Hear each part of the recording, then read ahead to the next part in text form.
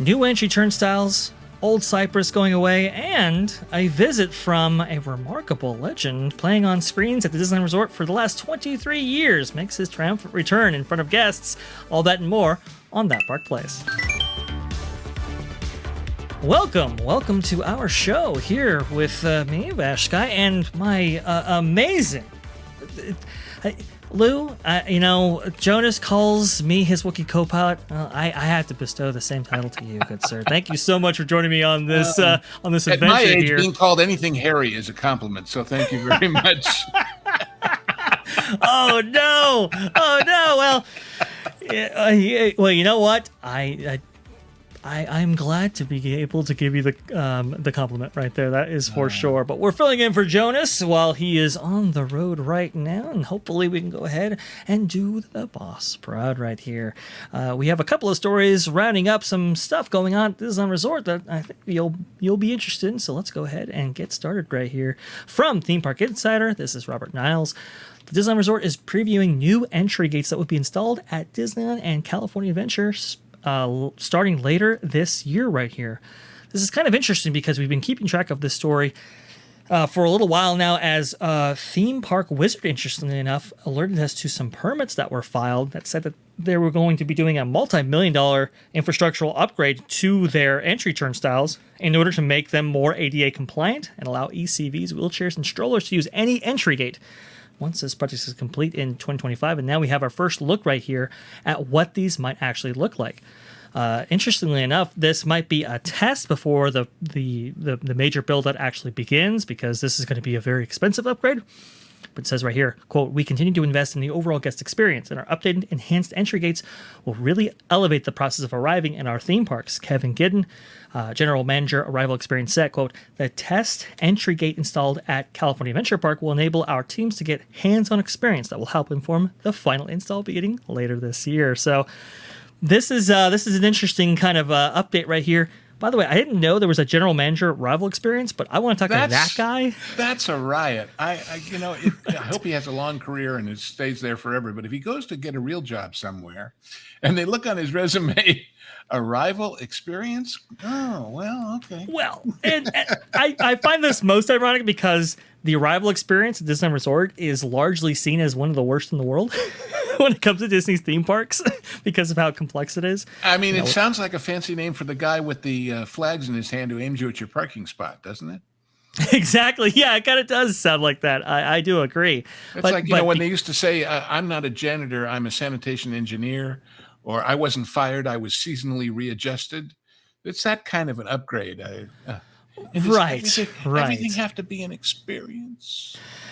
I guess so. But on the other hand, considering what you pay to go through that turnstile, it better be an experience. Well, that's the thing, right? I mean, so for example, when you go to Walt Disney World Magic Kingdom, you get on this beautiful ferry, you go across this amazing Seven Seas Lagoon, and then you're right there at the entry of Magic Kingdom. And now it's a little bit of a process, but the arrival experience is far better here because traffic is so bad in the Anaheim area, because these parking structures are so full, because you have to be transported via tram or bus, and then you get off, and then you have this unsightly security experience that you have to go through, which is just a pain.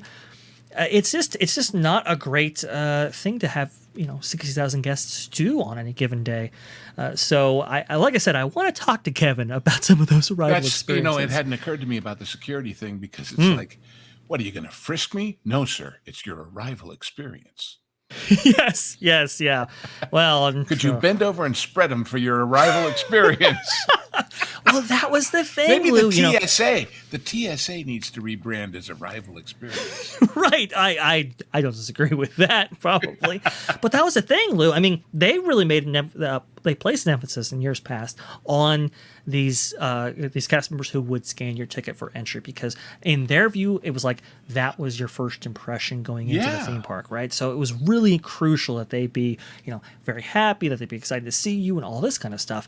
Well, because now that's changed, where your first experience might be a bus driver or, let's say, a security attendant, that whole perception thing has really kind of taken a turn there. And I believe part of this is to get rid of maybe some of those cast members at the front of the line. I wish I could remember the specifics, but the last time I was at Disneyland, which is going on 6 years ago now, The kid on the back of the tram from the parking lot, God, he was nasty. He was so full of himself and so contemptuous and superior. Yeah. And I thought, where did they let him in the door? I have no idea. Listen, you can train people to work the turnstile or drive the bus or run the ride, but you can't train people to be nice. And if you're not hiring people who are nice, you're behind the curve all the way. I don't disagree. Hopefully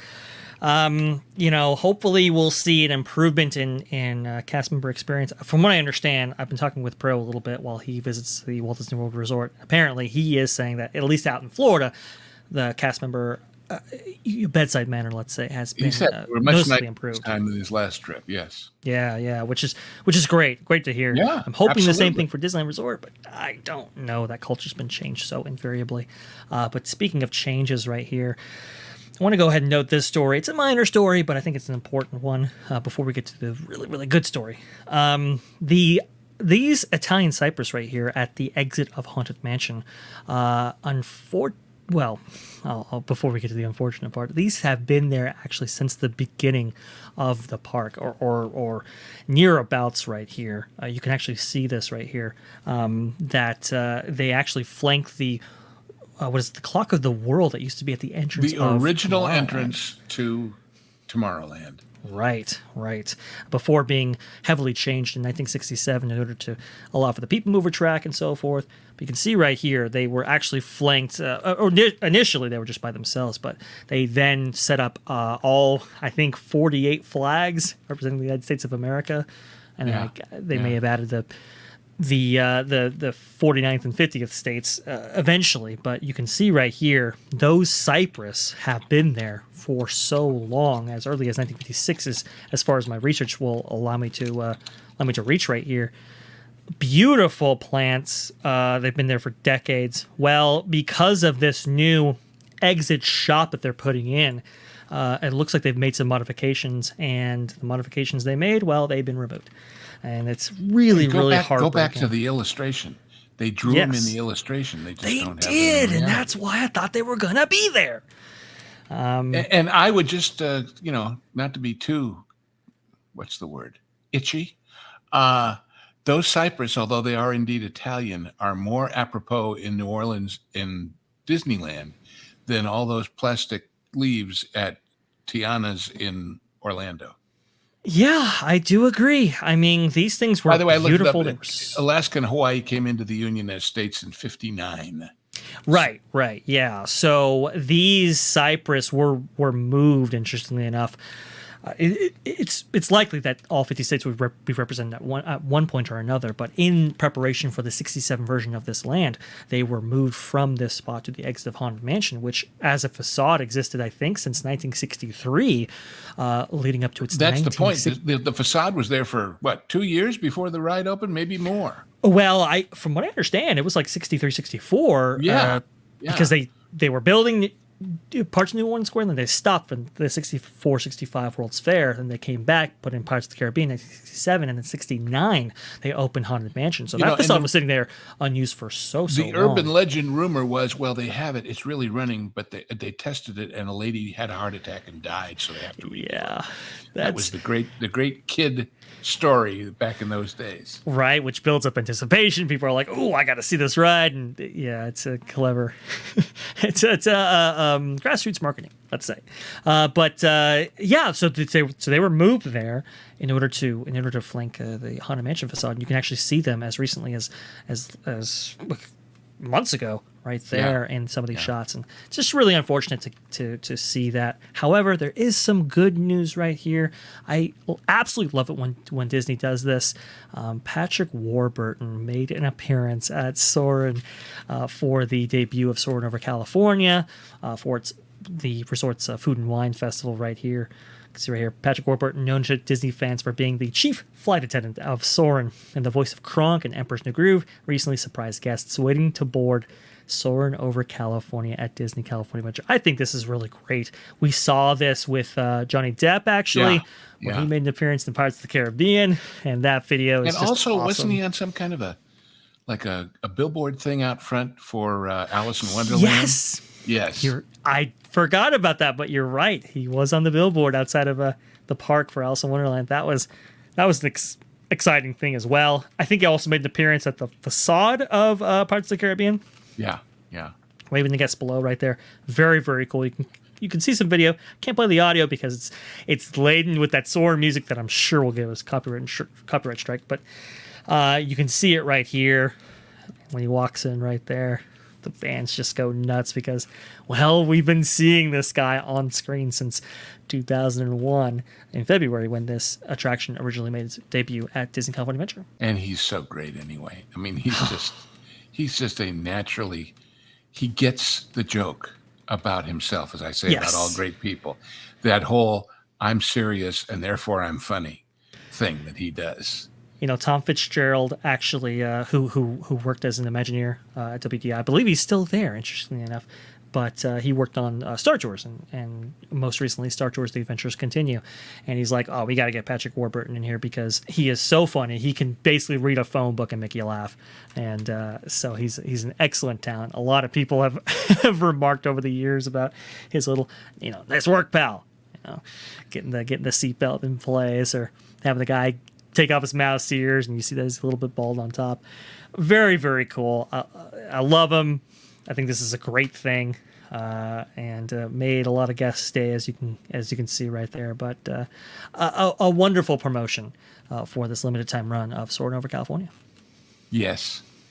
Well, thank you so much for joining us there on a few updates impacting the Disneyland Resort. Please let us know in the comments below what you thought about these stories and more, and whether or not you like this content here. Lou is, he's a natural treasure, folks, and so it's for him to join me. Wait! If I'm a natural treasure, there's no magic. That's according to no less an authority Nicolas Cage, right? than Francis Coppola's nephew. Yes. For those who didn't know that about Nicolas Cage, his real last name is Coppola. Oh, I did not know about that. Interestingly enough. Well, there's plenty of magic here, Lou, when you bring it right here for appearances on that park place. We absolutely enjoy it, and thank you so much for joining me on these series of videos right here while Jonas has been away. But please let us know what you think in the comments below. If you like this video, share this video, like and subscribe, please. It really does help us with that algorithm. And yes, and in today's videos, the part of Jonas J. Campbell has been played by... Yes, exactly. I guess that's me. But Vash Sky's wigs by. Yes. We could have a whole credit sequence here. Oh, we can have a credit sequence. We should do that one of these days. But thank you so much for joining us, and please subscribe for more for all the news that should be fun. Thanks for watching That Park Plays News. For more information, consider checking out www.thatparkplace.com. And don't forget to subscribe, share, like, and send this out on your favorite social media accounts.